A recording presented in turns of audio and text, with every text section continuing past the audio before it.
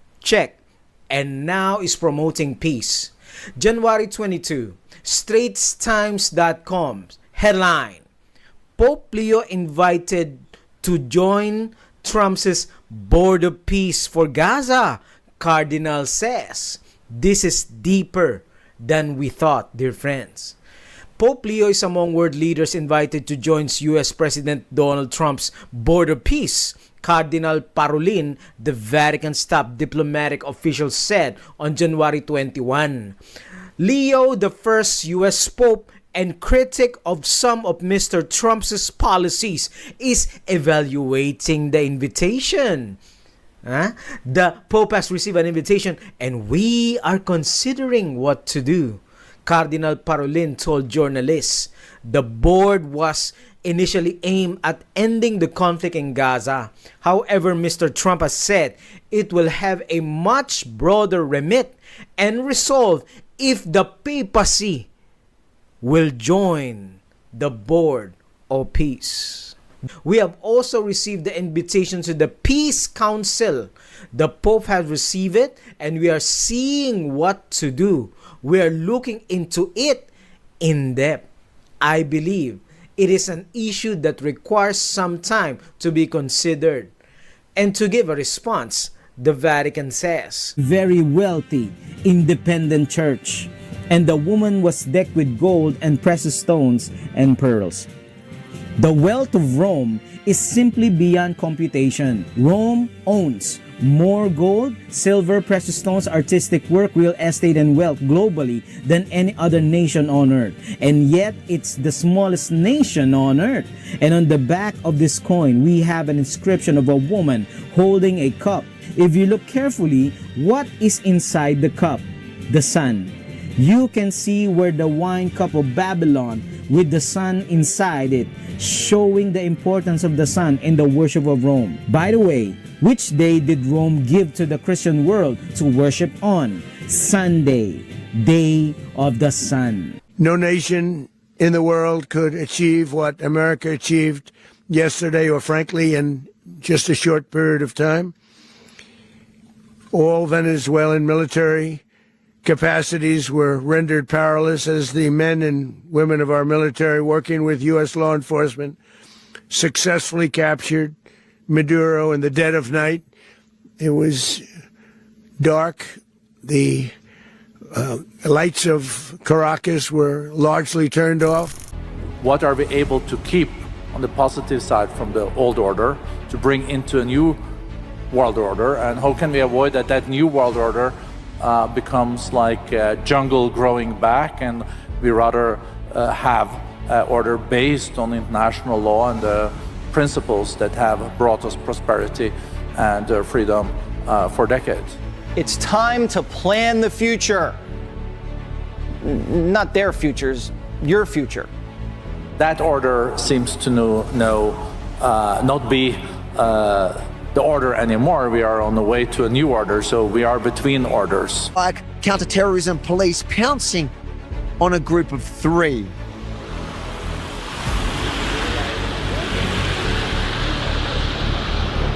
Hey guys, can I ask what happened? Like how to do this. Oh, what is it?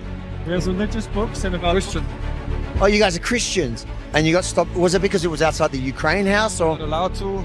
We ain't sale nothing, you know. It's just for free, but he said this is not allowed to in Switzerland, here in this town, so we have to go. For the town here. You need permission to give. To give Christian literature here. That's all. And it's about freedom of conscience. Actually, is what we're sharing about. Yeah. But we're not allowed to. So did you guys travel here as Christians to the WEF to try? Share with people. To have opportunity, because it's also. We believe prophecy, it speaks about what's going to be happening soon, and that liberty of conscience is threatened. And so we want to share with people that people can believe what they want to believe, but they should have the ability to believe what they want to believe and to choose to believe something else. And information is being more and more restricted. It's not new, no, it's always go further and further. This is the past, this is right now, this is the future, you know, this is right here. So this is for free. This is important material. This is not anything which comes on the commercial every day, you know. This is behind the curtain. What made you travel, and where did you come from? From Germany, so? I'm American, but I live in Italy. So what made you come here to Davos to do this? Why? because there are people here that need to hear this, that it's a meeting of people all over the world, important people who are making decisions, and even people who are just here to visit, but that we wanted to have the opportunity to share with them that liberty of conscience is threatened and they need to know what's coming. Do you believe that there may be a little bit of a evil or satanic thing in Davos? I think a lot of people around the world look at Davos as a very dark place. I think wherever liberty of conscience is threatened, there is a demonic something behind the curtain that we're not seeing. Whether the people know or not, I don't know, but I believe that this pushing together of world religions, of world governments, of world economic situation, I believe that's not going in a good direction. I believe that that is demonic. Yeah. Okay, so are you guys just going to pack up and leave, or are you... We're going to see maybe with the local police if we can get permission to share here. We'll see, because by the post office they said we can try. And can you describe us, what were you here, you were just stationed there doing it, and they came and they surrounded you? That looked like counter-terrorism kind of squad. Police for just us. Just say it's coming up like this. And you also believe that this is something like this? That there's something evil behind, or not? I think if you can bring Klaus Schwab to God, then you good on you. But I don't know if he's really human. What is the real spirit behind the World Economic Forum? During a demonic incantation ceremony at the World Economic Forum, a witch doctor breathed upon the heads of world leaders. Witchcraft was on full display at the World Economic Forum as a witch doctor used demon incantations to guide attendees into the spirit world. After the spirits were invoked, a witch breathed upon the panel at the WEF, imparting a demonic spirit. BNN News reported the following: in an unprecedented moment at the renowned WEF in Davos, an unusual spectacle unfolded as a traditional witch doctor took center stage, performing incantations and engaging attendees in a spiritual experience distinct from the forum's typical business and political undertakings. This is pure witchcraft. The WEF is giving spiritualism a global platform to be highlighted and celebrated.